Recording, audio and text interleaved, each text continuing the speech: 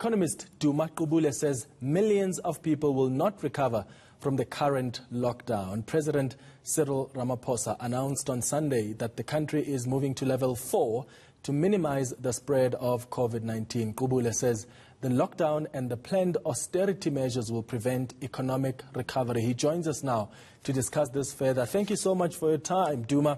So level 4 restrictions are announced, but no relief is announced for the sectors that are affected. I think by now the government should have known that when you lock down the economy, you have to announce complementary measures to support the people who are going to be affected by this lockdown. This lockdown is going to have a devastating impact on our economy.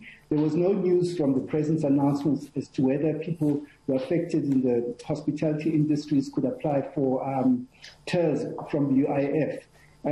There is no talk about the restarting the social relief of distress grant, because this thing is just going to derail our economic recovery, which is already on a fragile footing.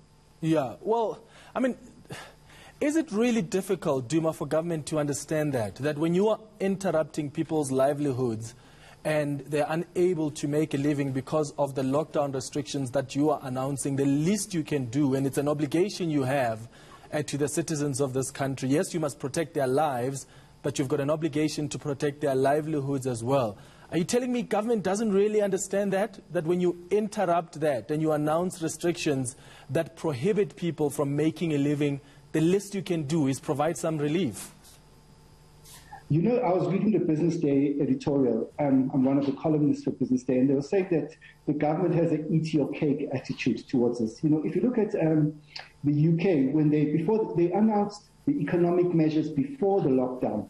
In our case, the first economic measures were announced like long after the lockdown, 2 months after the first lockdown. Yeah. So I think government has to pay people to stay at home or provide some kind of income support here. But what we've seen in the austerity budget is that government has slashed and burned across the board. 50 billion rands cuts in public health spending in the midst of a pandemic. Social grants have declined by 36 billion rands.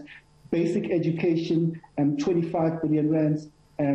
Tertiary education, 24.6 billion rands. We're talking about 136 billion rands just in those 4 departments. And these are departments that are at the forefront of, delivering a response to this pandemic. And how are the basic education going to make it safe for children to go to school when their budgets are being cut and the employees are being slashed? How are we going to, I heard in the previous interview, the weekend vaccination goes down because the provinces don't have the budget to pay overtime to people. That is scandalous, Clement. So I think when it comes to addressing this this pandemic, there should be no budget constraint whatsoever.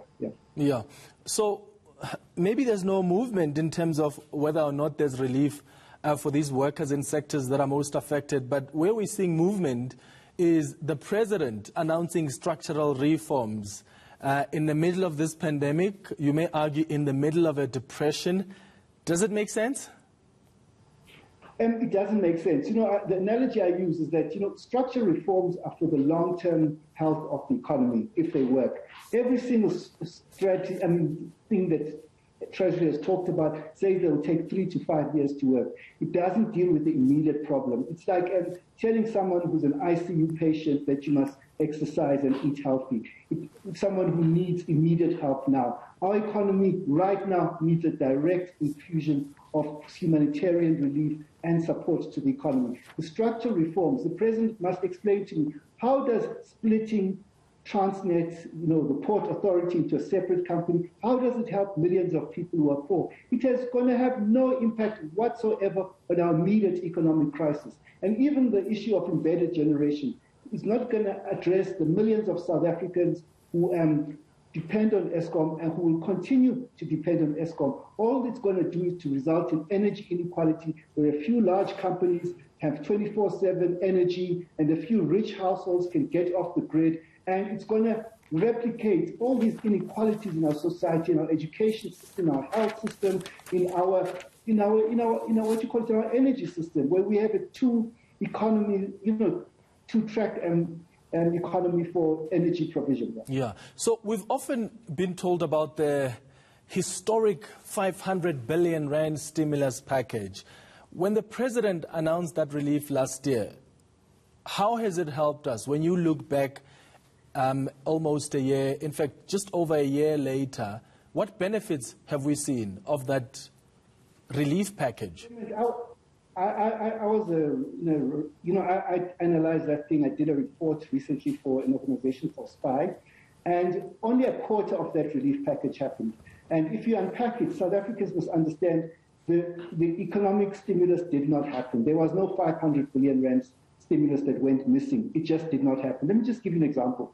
The government spending increased by 34, 35 billion rand in the middle of the pandemic. That is the government's only contribution to the stimulus. The other one was the loan guarantee scheme was supposed to be 200 billion. It ended up being something like 18 or 20 billion rand. So the stimulus was smoke and mirrors that did not sufficiently stimulate the economy. If you look globally, stimulus packages was $16 trillion. Countries did whatever it took to stimulate their economies. And if you look, the world economy, the countries that stimulated the economy, they're going to grow very fast this year. The United States will grow at 7%. The world economy is going to grow at 6%. And South Africa is going to lag far behind the rest of the world, as was the case in the decades before COVID. All right, Duma, thank you so much for making time, man. Economist and Director for the Center for Economic Development and Transformation, Duma Gqubule. Still to come.